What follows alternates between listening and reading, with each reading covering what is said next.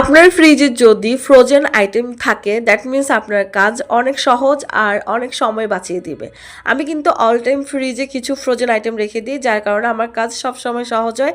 এটা ছিল যে মিনি চিকেন স্প্রিং রোল, যেটার শীতটা আর যেটার পুর ছিল একদম পারফেক্ট ছিল, খেতে খুবই মজা হয়েছিল। আমার যখন লাগে আমি কি করি, এটা বের করে তেলটা ভালো করে গরম করে মৃদু আছে আমি এগুলোকে ফ্রাই করে নিই, ব্যাস হয়ে যায় আমার অনেক মজাদার স্প্রিং রোল। আমি কিন্তু যে কোনো সমোসা রোল বলেন সব কিছু ভাজার সময় কিন্তু চুলার আঁচটা একটু কমিয়ে দিই, এতে করে কিন্তু ফ্রাইটা সবসময় একদম পারফেক্ট হয়। তো যখন এটা মচমচা হবে তখন আমি এটাকে নামিয়ে ফেলবো। এভাবে করে আমি অনেকগুলা স্প্রিং রোল ভেজেছিলাম, যেটা কিনা খেতে খুবই বেশি মজা হয়েছিল।